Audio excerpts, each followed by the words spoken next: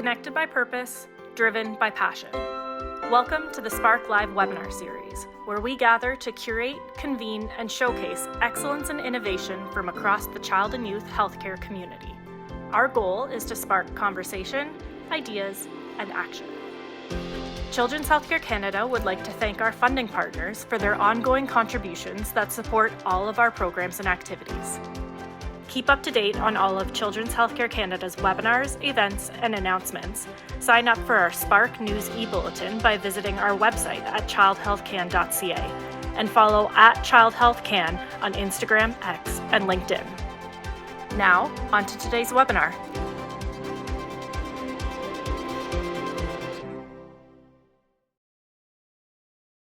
Everyone, welcome to another edition of Children's Healthcare Canada's Spark Live webinar series. It's one component of our research and knowledge mobilization program. I'm Lisa Stromquist, and I'll be with you for the next hour. I would really like to begin today with by acknowledging that Children's Healthcare Canada operates on the traditional and unceded territory of the Algonquin and Anishinaabe people.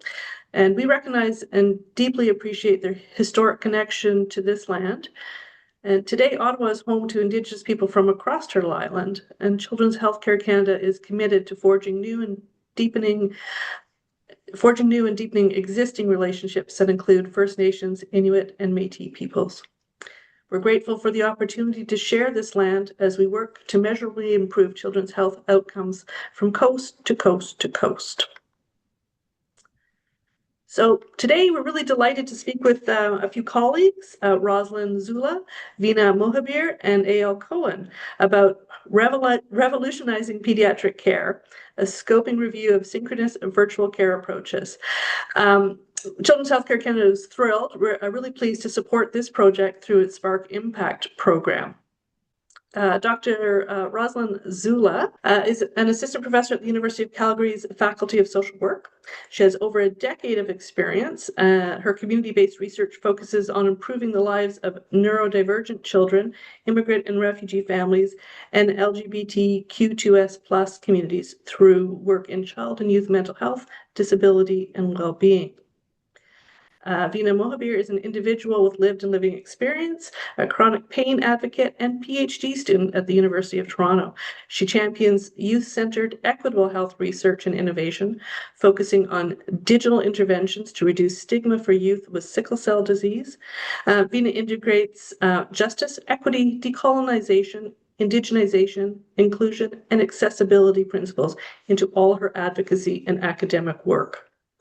Dr. A.L. Cohen, everybody knows Dr. Cohen, is a program head of Child Health Evaluative Sciences at SickKids and co-executive director of the Edwin S.H. Leung Center for Healthy Children. A leading pediatrician and researcher, he co-founded the SickKids Complex Care Program, and he holds academic roles at the University of Toronto, McMaster University, and ICES. So welcome to all of you, and it's now my pleasure to pass the mic over to Dr. Cohen. Thank you, Lisa. I'm just going to share my screen. Okay, can those on the screen just put thumbs up if they can see? Perfect. So today's presentation is going to be about the concept of synchronous virtual care, which in my brief career is probably the most disruptive innovation I have seen as a clinician in the way we deliver care to children and families. We're going to talk a little bit about what we've learned from a project that has scoped out what we know about synchronous virtual care approaches to the care of children and their families. There's a giant project team involved behind the scenes for this work. Many of the names are listed here. I just want to specifically call out David Nicholas, who was the nominated principal investigator on a grant that supported this work, and many, many, many other people who have played a huge part in what we're going to present today. So thinking back to 5 years ago when the COVID-19 pandemic began, I, as a clinician, distinctly remember all of a sudden moving from an era where almost all my interactions with my patients were face to face in a clinic or other sorts of in-person setting to a new lived reality of the delivery of virtual care. And that was born out of necessity for public health reasons. But over time, as the pandemic has faded, um, virtual care has stayed, and it has stayed for many, many good reasons. And many people have been actually scratching their heads and thinking, why wasn't this around in larger scale before the pandemic? Um, but for better or for worse, it wasn't. There were certainly examples of the utility of virtual care dating back many, many years, but it was not spread and scaled the way it occurred during and after the COVID-19 pandemic. And as clinicians, healthcare leaders, and even policymakers started to think about virtual care in after the emergency kind of response period of the pandemic, there was a lot of people scratching their heads in terms of what is the right way to roll this out? Are we going to deliver who do we need to deliver virtual care to? How do we deliver virtual care? Do we need to put boundaries around the delivery of virtual care? So the whole concept of the utility and value of virtual care remains a really, really important issue in healthcare delivery.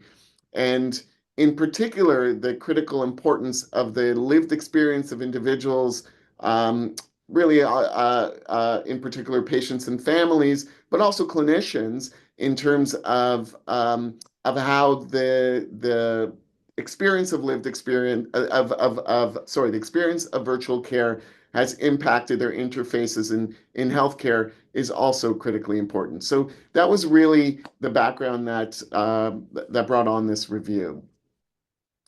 So we tried to answer from a research perspective kind of an overarching question of what are the outcomes of synchronous virtual care in child health? And I'm going to define what these terms mean in a minute. But generally, what we really try to achieve in the objectives of the review that we're going to present today is really understand what actually is virtual care, how is it defined, identify for whom and how virtual synchronous care is designed and under what circumstances, to start identifying what sort of outcomes we need to think about when we evaluate synchronous virtual care, and to really highlight and delineate what are promising practices and some recommendations for both practice and policy in terms of the delivery of synchronous virtual care.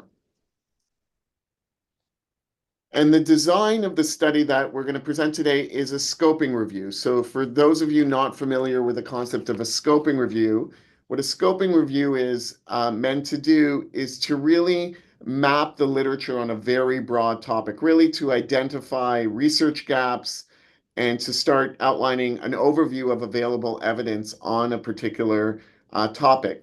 It's sometimes confused from from the concept of systematic reviews. A systematic review is usually a very, very narrow review of a topic around a specific research question. When you talk about a large concept, a scoping review is what we usually embark upon.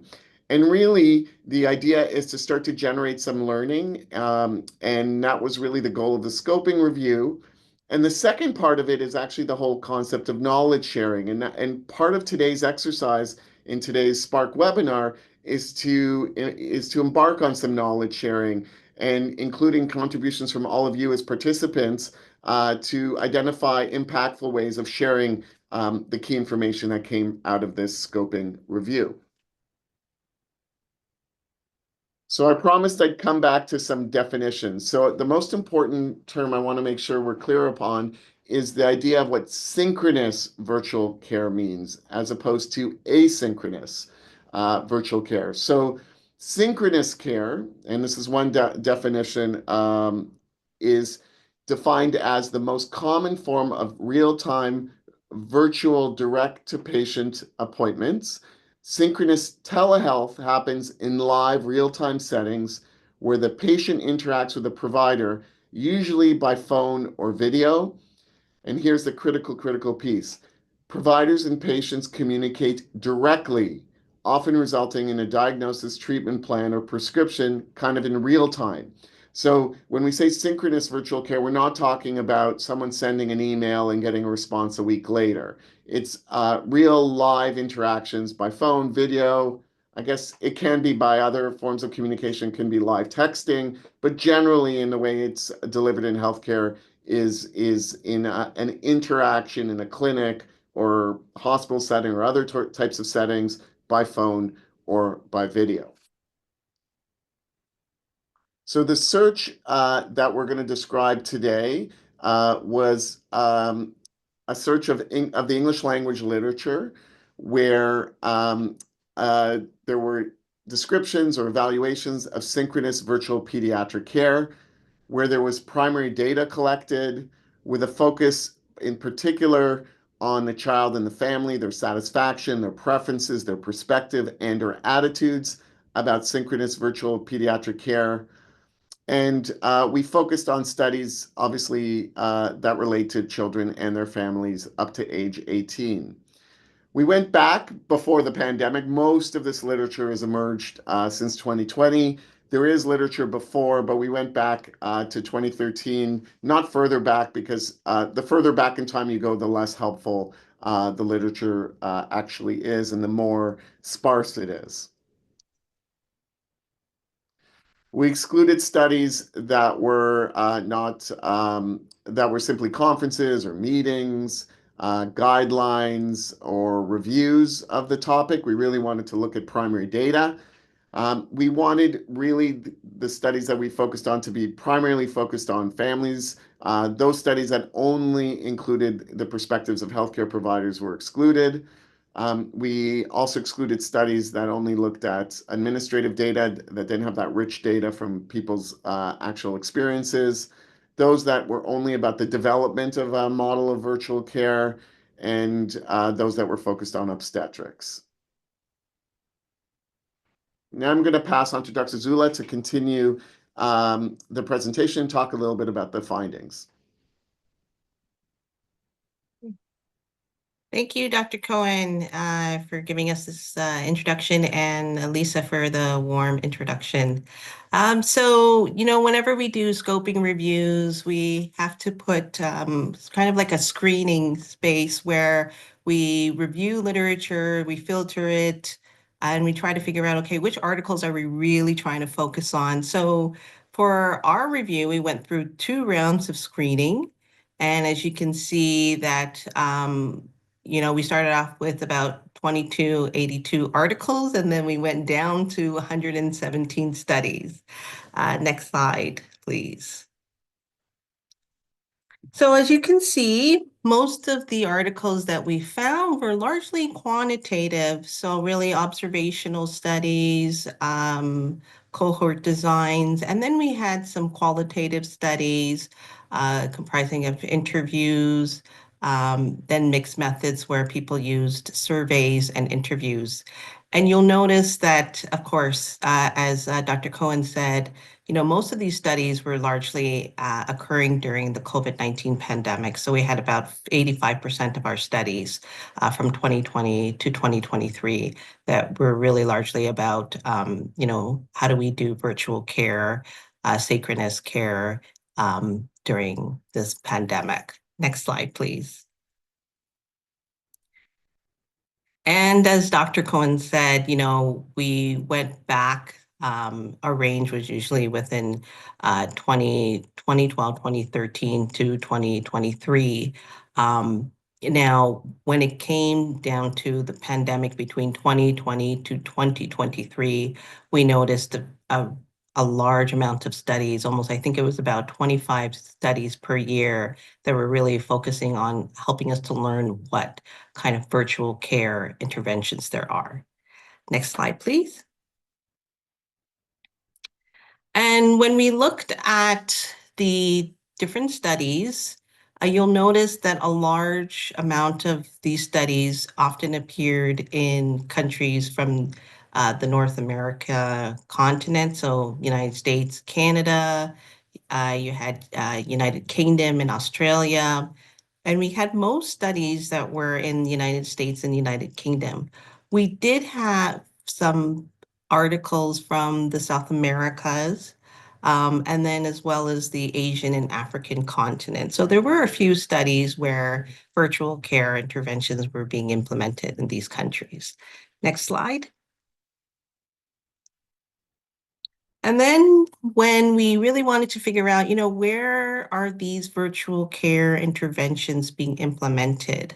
As you can tell by this chart, there was a lot of interventions that were being done in multiple specialties, in neonatal intensive care unit, and then in psychiatry, psychology. But you could see that there is quite a range of different specialties that are using virtual care interventions. Next slide, please. We also really wanted to learn from studies, what is the platform that people are using?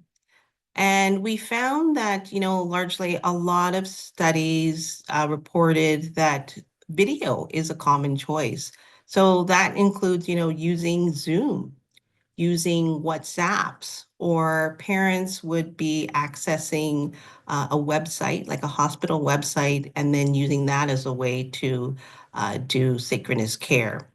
I also want to point out that even though we did talk about synchronous care being really critical in trying to figure out how these interventions are, we did found that, some studies had multiple methods. So there was video, there was telephone, and then some people were using text as well as email. Next slide, please. So I think for us, really, we're getting to the nitty-gritty of just trying to ask those questions. What's the reason why we're looking at virtual care interventions? And as you can see, when we were evaluating, what is the purpose of the virtual care, you could see that there's a lot of studies that really were focused on improving access to care for families, as well as to improve care management.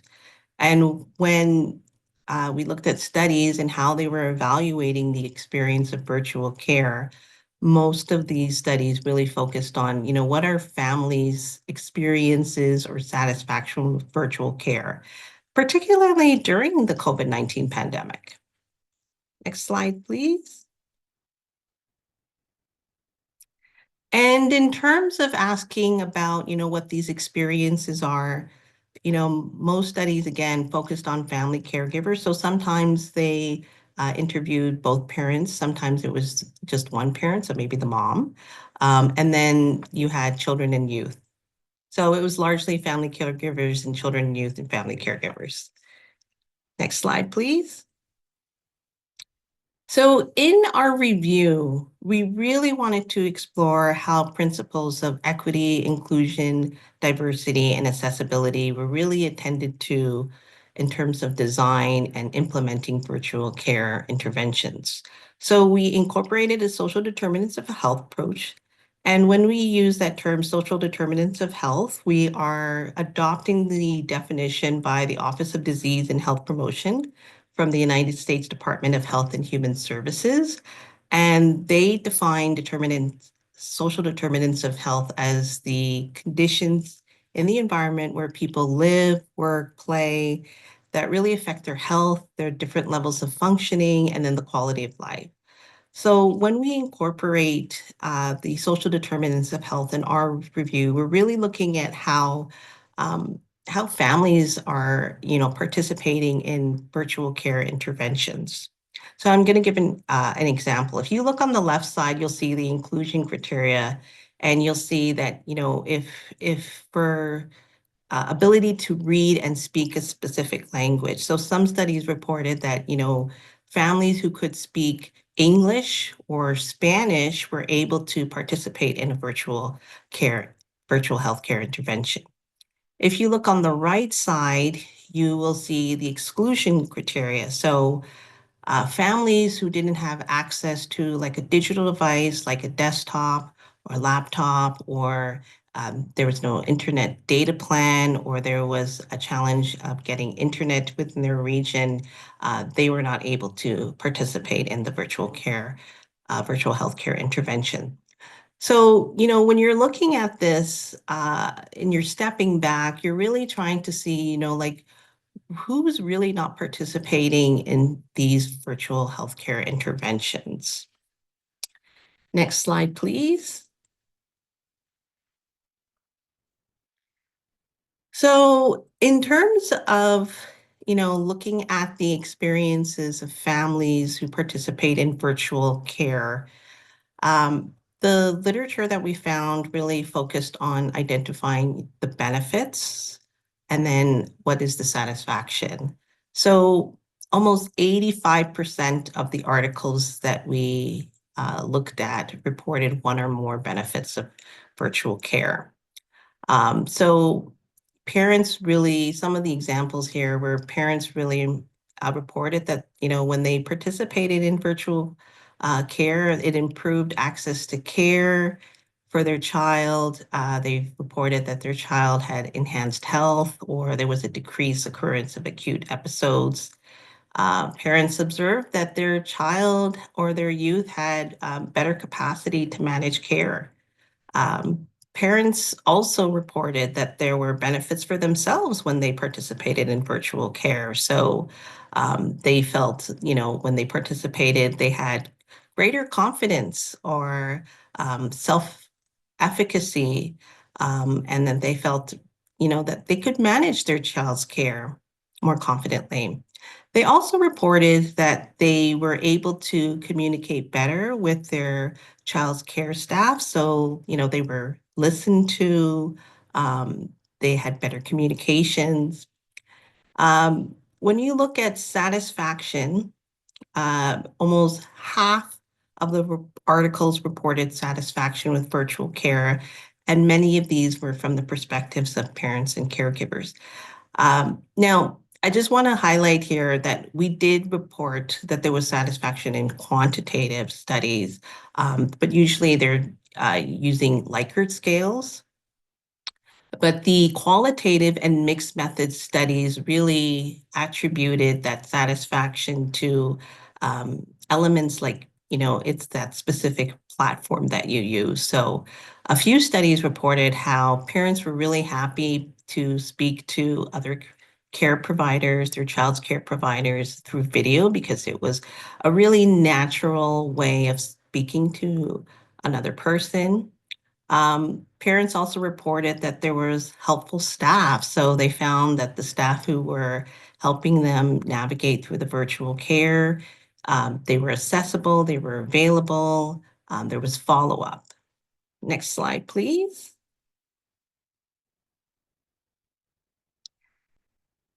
And then, of course, if we have positive experiences, we also have negative experiences of virtual care. And about 64% of the articles reported one or more challenges with virtual care. And many of these were attributed to largely two categories. So some of them were technology difficulties, and the remaining were related to staff organizational issues. So I'm going to give you an example. So in terms of technology difficulties, some of the families reported that it was difficult logging on to the virtual platform. In terms of audio visual, they couldn't hear the audio. In terms of the visual, the video wasn't very clear. In terms of confidentiality, privacy issues, there were some studies where youth say, it's really hard to articulate, my own symptoms in front of my family. When I engage in virtual care through video, I remember there was a study where youth were saying, I have to go into a car to do therapy, mental health therapy. In terms of the parents, I'm going to highlight one study where a parent really expressed their concern about uploading their child's health data into the hospital's cloud. And the reason for that was because they really didn't know where this information is going. It's not a very clear pathway when you upload something into a cloud. In terms of resource costs and challenges, this is where, not being able to have an internet data plan. Some parents were required to purchase on their own specific medical equipment. And other parents also had difficulty where, staff gave them specific medical equipment that they needed to record and upload their own child's data, and that was a difficulty for them. In terms of staff organizational issues, some of the examples are not going to post it here, but more of it was around, that there were delays in response when parents were trying to connect with a healthcare provider. Some of them said that, oh, well, I didn't really understand what was going on when I had in consultation. So there was just too much information being shared. The jargon of that information was too difficult to understand, and it was difficult to retain information. Some parents also said, that when you're on virtual care platforms, sometimes it's really hard to read nonverbal cues. And then because it was during COVID-19, some families said, it's sometimes you just want the physical examination because it can help you really support your child's care and the next steps that are needed to support your child's care. But that's difficult when you have restricted and prolonged public health restrictions. Next slide, please. So this slide really, the studies really identified about 29% of them identified that they were, what are some suggestions and recommendations from families? So this includes both parents and children and youth.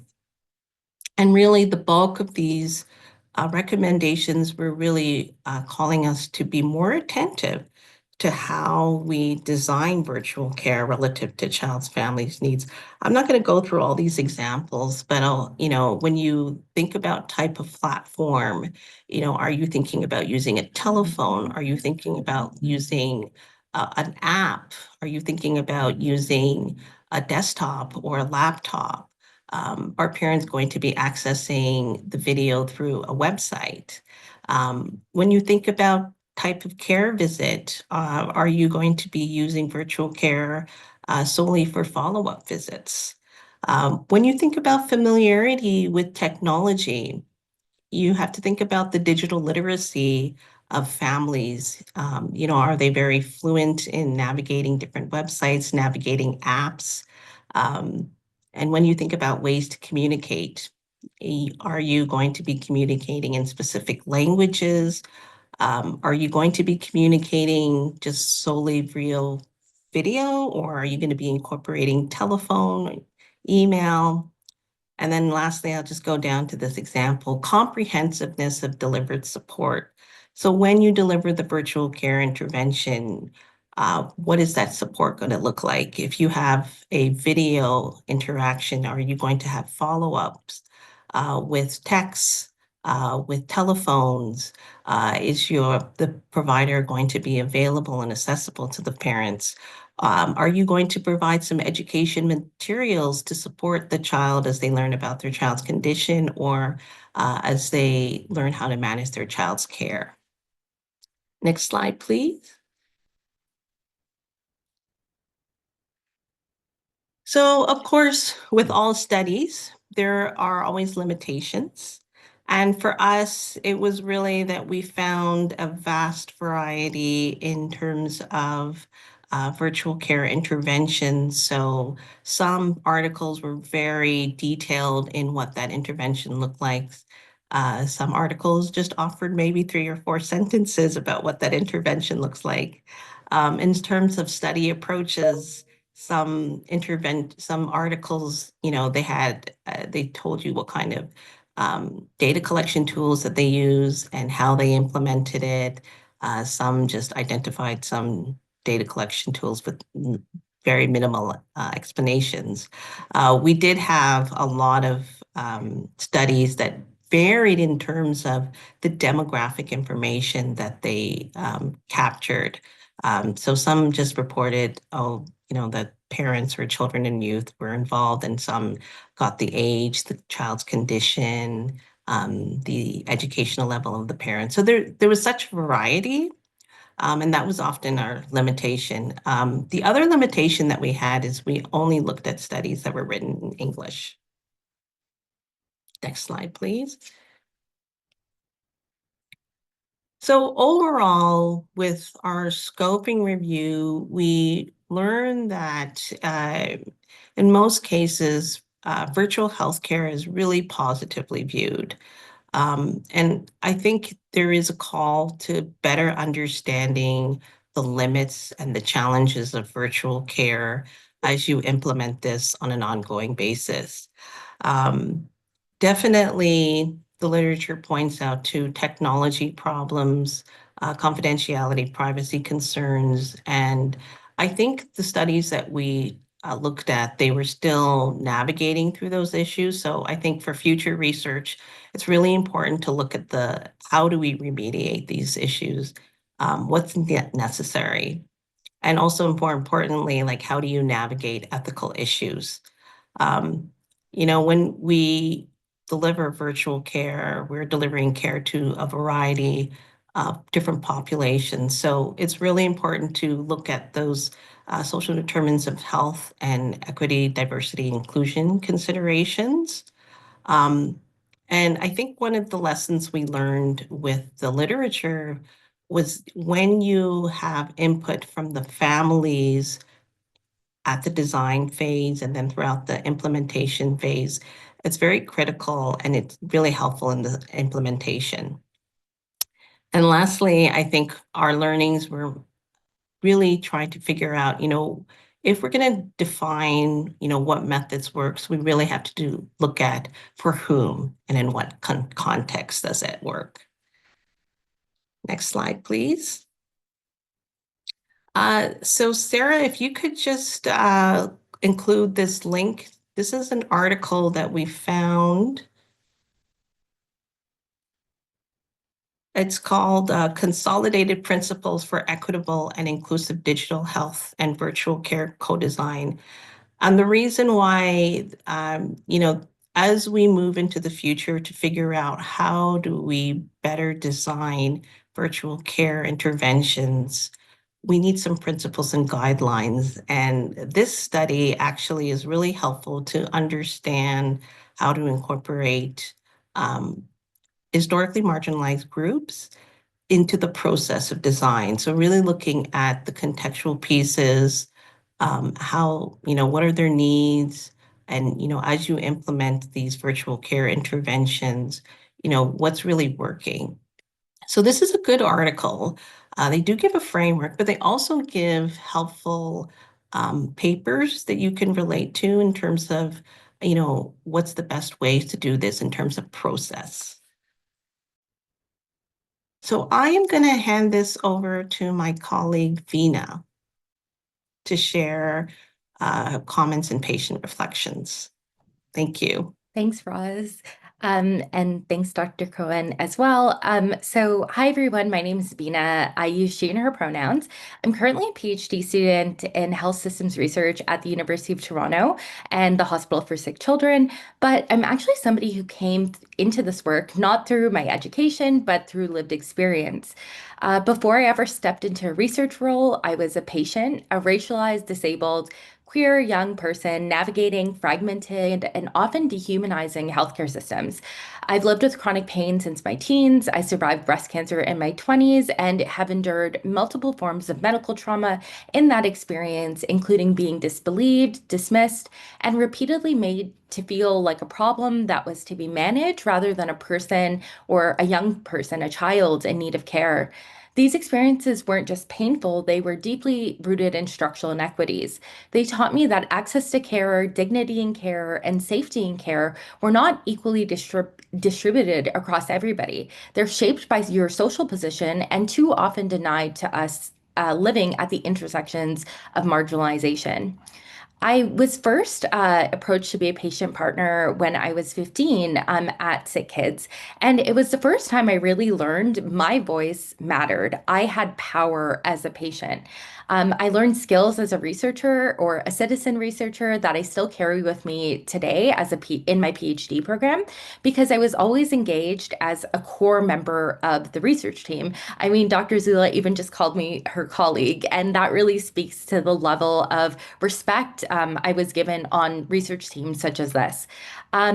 When I was first listened to, this was one of the first times I felt my full intersectional experience as someone living with multiple chronic health conditions and medical complexity, as a racialized brown person, as someone navigating disability and multiple forms of structural oppression, such as my parents not having the income needed to support a kid living with a disability. Oftentimes, it wasn't in many experiences, these experiences weren't acknowledged. However, in this work, these experiences were actually centered. So this meant I wasn't asked to flatten or fragment myself or my identity for the sake of fitting into what they wanted from me as a researcher. Or as a patient. I was able to show up fully, and my insights were always valued. When I was approached to join this team, I really thought about how important this area is, especially to so many people living with disabilities and chronic health conditions and children living with these conditions. In this environment, I was invited not just to share my story, but to contribute meaningfully across all phases of this research, from co-developing guiding questions to setting inclusion and exclusion criteria to supporting the theme development and interpreting results. And as you can see now, I'm a part of the knowledge mobilization and dissemination strategies to help ensure that the insights we uncover don't just sit on a shelf or online in a publication, but are actually translated into action and practice to those who need to hear about this information. Something really special to me about this project was the focus on social and structural determinants of health, which allowed us to move beyond individual level explanations and really integrate how systems of oppression or power like racism, ableism, and poverty shape access to care. Virtual care matters deeply to patients, especially those of us from equity-deserving communities. When done well, it can really bridge gaps in access, reduce our travel burden, and offer flexible, youth-centered ways of receiving care. For many young people, particularly those with mobility issues, mental health concerns, or unsafe home environments, or fear of being discriminated in clinical settings, virtual care can be the difference between actually accessing care and going without any care. But as mentioned, virtual care does have its issues. So it can deepen those inequities if families don't have access to things like reliable internet devices or digital literacy. And it can often fail to meet our needs if it's designed without patient input. This is why this project matters, because by focusing on patient and family experiences and embedding equity and accessibility in from the start, we were able to highlight both the possibilities of virtual care as well as the historic pitfalls of virtual care. We didn't just ask, is virtual care affected? We asked for whom and what context and under what conditions. And we made sure that diverse patient voices help answer those questions. As a patient partner, I wasn't just contributing my own experience, I was advocating for youth who are often excluded from research, including racialized kids, newcomers, 2S LGBTQIA youth, disabled youth or youth with disabilities, and individuals who often face systemic barriers to being heard. My involvement helped ensure that these perspectives were not only included, but helped shape the directions and finding and impact of this work. This work matters because it makes visible what is often erased. It brings back humanity into the research process.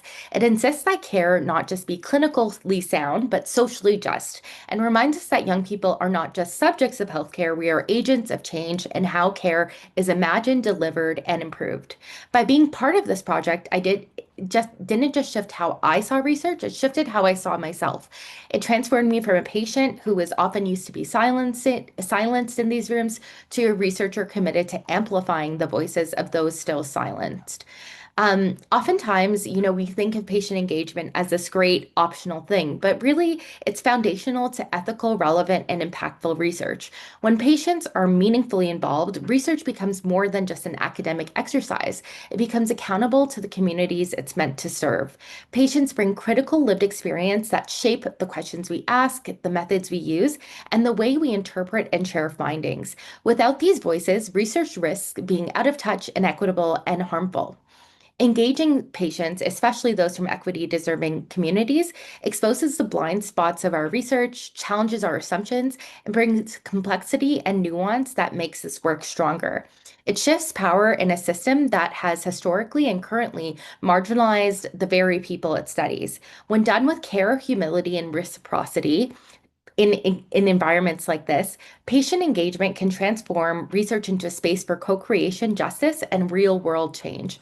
Patient voices don't dilute rigor, they deepen it. They don't slow us down, they ground us in purpose. And this is what patient partnership can do. It's not tokenism when done right, it's transformation. And in environments like this, I often say it turns my pain into purpose. It gives us the language, tools, and platform to fight for care that sees us, values us, and serves us. And that's why this work is essential in child health research, and this project is so important to patients like me. Thanks.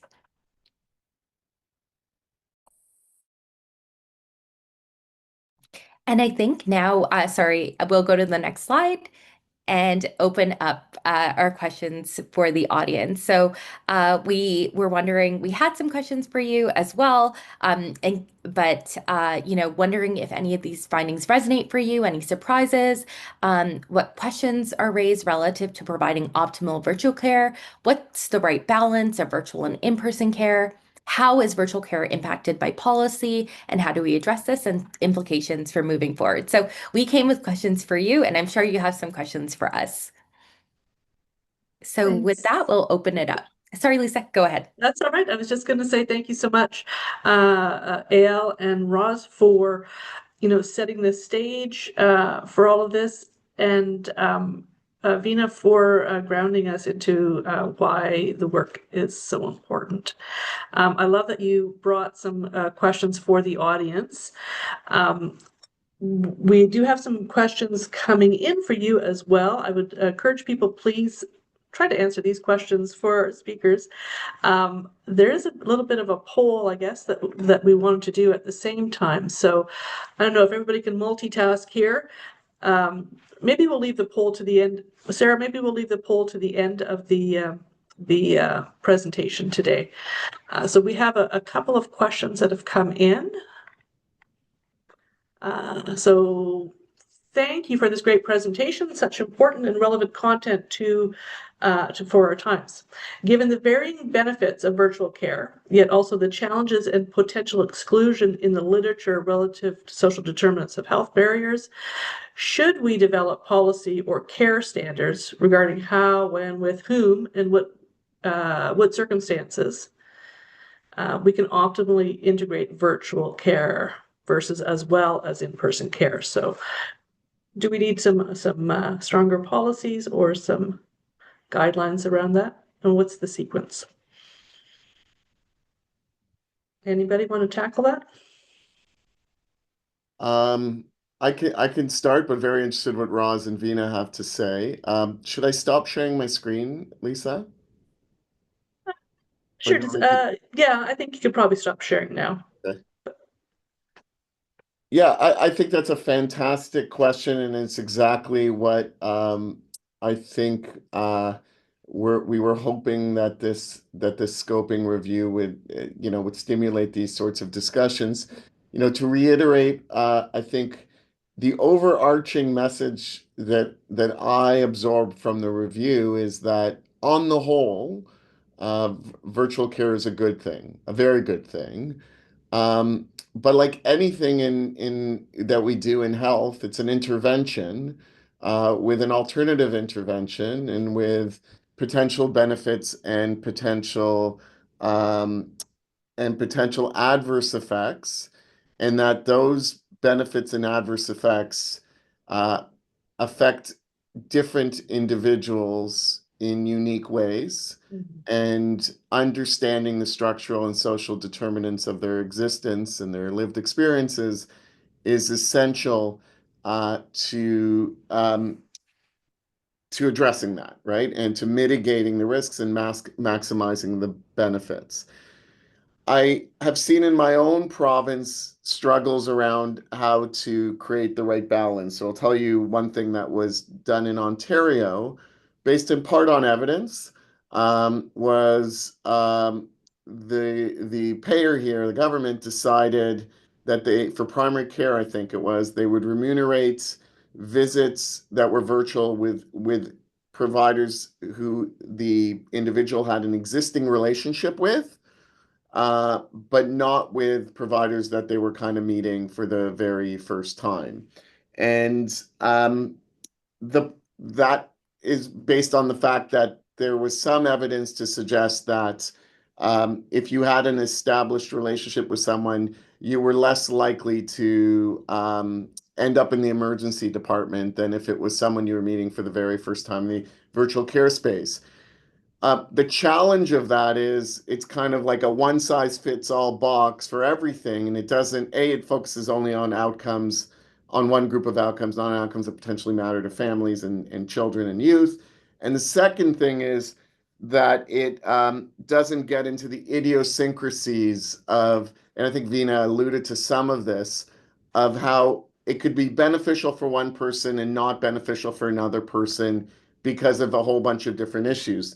So, like my own experience as a provider is I've had some fantastic interactions with patients and families in a virtual space, and I've had others that, I'll give an example of one that happened to me this week, that because the individual had technical issues setting up, the virtual platform, I was looking at a cracked camera's picture of the sky during the entire interaction. So what was meant to be a visual interaction ended up just being an auditory interaction.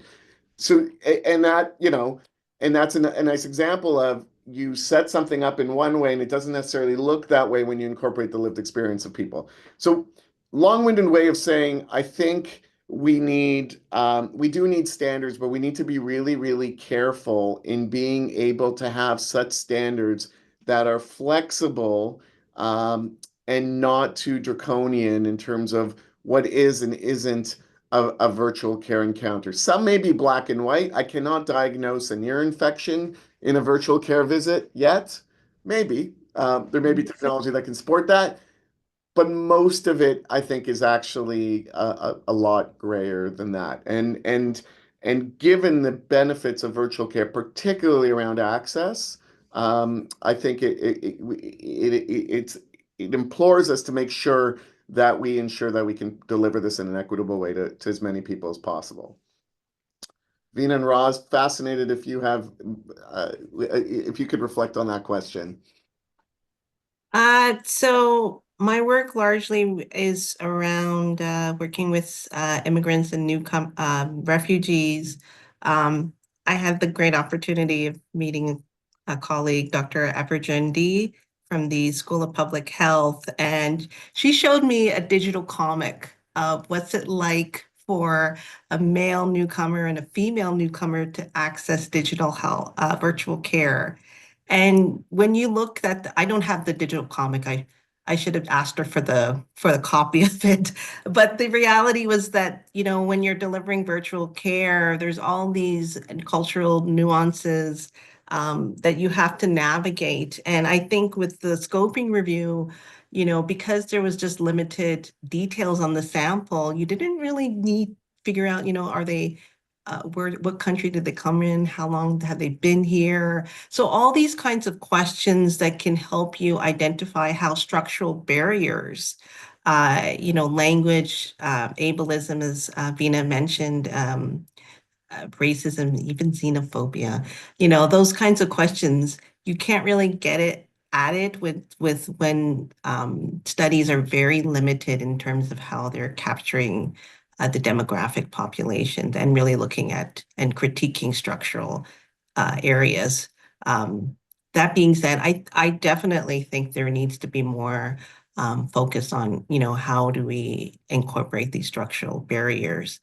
A colleague of mine, Janet, I forgot her last name, but what she used to do is took Joanna Briggs Institute, the scoping review, and put patient involvement. So she incorporated different patients in shaping how a scoping review should look like. And I think next steps when we look at research is to find ways to incorporate a diverse group of patient partners into the design. So that's kind of how I would reflect on that question. Thanks, Roz and Al, for creating space. I think it's really interesting, being the receiver of the virtual care, through these experiences, and then also within the communities that I'm very lucky to be a part of, our discussions about virtual care just informally, and it's really interesting because there are some people who might say, well, if someone is remote, we shouldn't. In those cases, it's probably better to do a virtual appointment, or vice versa. They might say, bring them in. They might not have good internet connections. And I'm kind of adding all these layers onto it just to show that, it really depends on the context, I think. And I do think policies and procedures can definitely help. But I think a big part of it is that shared decision-making process. So really, making space and time, or even a survey question, in your when you're filling out your initial questionnaires, asking, do you have a preference for what kind of care you receive? And even asking, the caregivers versus the youth themselves, if they can advocate for themselves that way. I would love to hear what youth would like as well, because sometimes, parents or caregivers are very focused on kind of accessing care the same way they know how to access it, versus, a lot of youth are very comfortable with this digital methodologies, and especially because of the pandemic, had gotten used to this. So I think we're in a virtual care revolution, and all new technical, digital interventions, it's incredibly important to, again, figure out how we can have those ethical safeguards to ensure we don't create extra harm, but also thinking about how we can develop new models of care, shared decision-making models of care, where we include patients and families in that conversation, to ensure that it's equitable for everyone to access. Thank you so much. Yeah, we have another question, sort of builds on this, really sort of into a practical way. Is there a risk that virtual care and its benefits for healthcare providers and families could be overused? Or do you think that the scoping review findings generally call us to confidently integrate virtual care strategically in providing care? Okay, this is multi-pronged here. As we integrate virtual care, do we need to rethink on-the-ground billing structural considerations in moving forward? So there's a lot going on here. So if we think about, building in all of this, integrating virtual care into everything that we do, using it sort of, as part of sequences, as well as in-person care. And then the whole billing and structural considerations. Any thoughts about that? That's you talked a little bit about the billing issue in Ontario, but is there any other thoughts?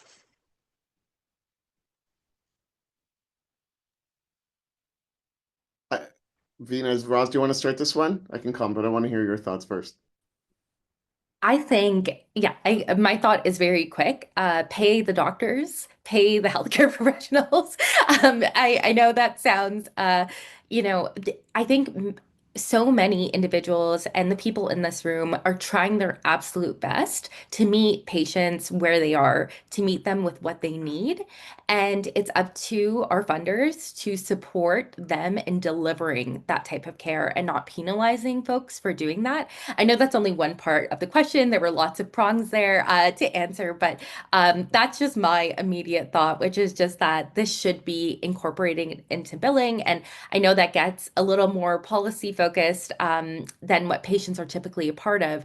But I have heard of a lot of cases where individuals are no longer able to access virtual care because of the changing in the billing systems and things like that. So it's really taking away an essential tool for us, oftentimes, like living with mobility issues, living with different circumstances. So I think virtual care is here, and it's incredibly important to figure out how to ensure all the people at the table, including patients and families, but also including the professionals using it, are compensated for that time, just as they would be for a regular in-person visit.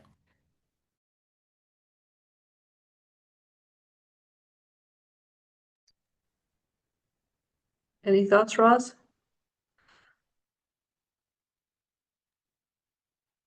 I mean, I think it'll probably just kind of reiterate back to what we kind of said. Is you really need to focus on how the virtual care meets the needs of the family, and this is an ongoing iterative process.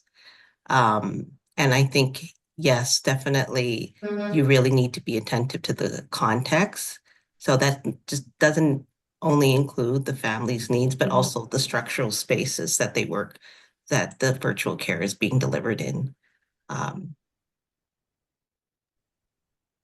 have a really quick question. Can I just make a quick comment? Yep, sure, go ahead. And this will be very quick. I think we need to remember that the Achilles heel of our delivery systems in terms of is always that we center things around providers, or almost always, Yep. and rarely around patients and families.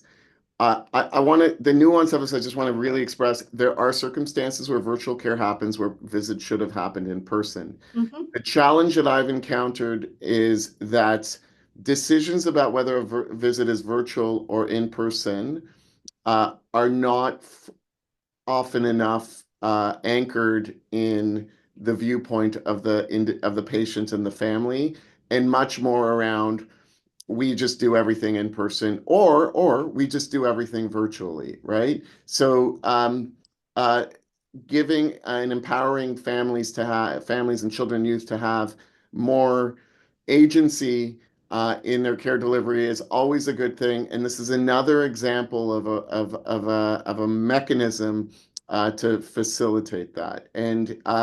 And that takes work, because that takes calling families, sometimes with a translator, sometimes in using other sorts of mechanisms to get in touch with them, to ask those sorts of questions, which again, in a provider-centered healthcare systems, not always done, but that's what's essential, I think, to reach the right balance of where we're at with virtual care.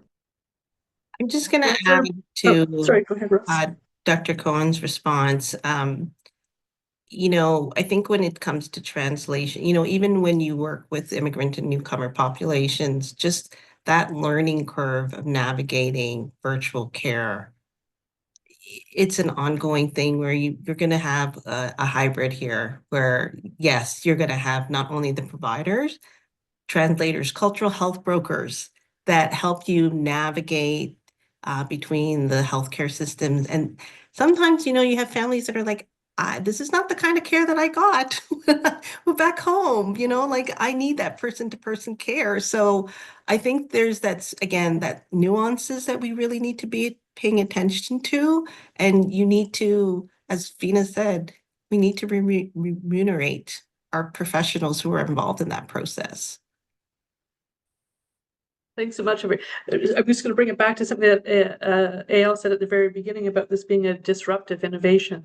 And I think with any sort of disruption, there's a lot of learning going on, and a lot of iterations, just like you said. But we have to fail fast and keep moving forward. We can't just sort of be stuck where we are. So I think that, you've shown that there's so many benefits, and then there's some drawbacks and barriers, but like anything, we just need to keep working through those. And We are at noon, and I should stop talking, but it just made me think, because when you think about those kids with medical complexities, like how efficient is it to have all of your providers on one call every once in a while? Just do one single virtual call and have everybody together.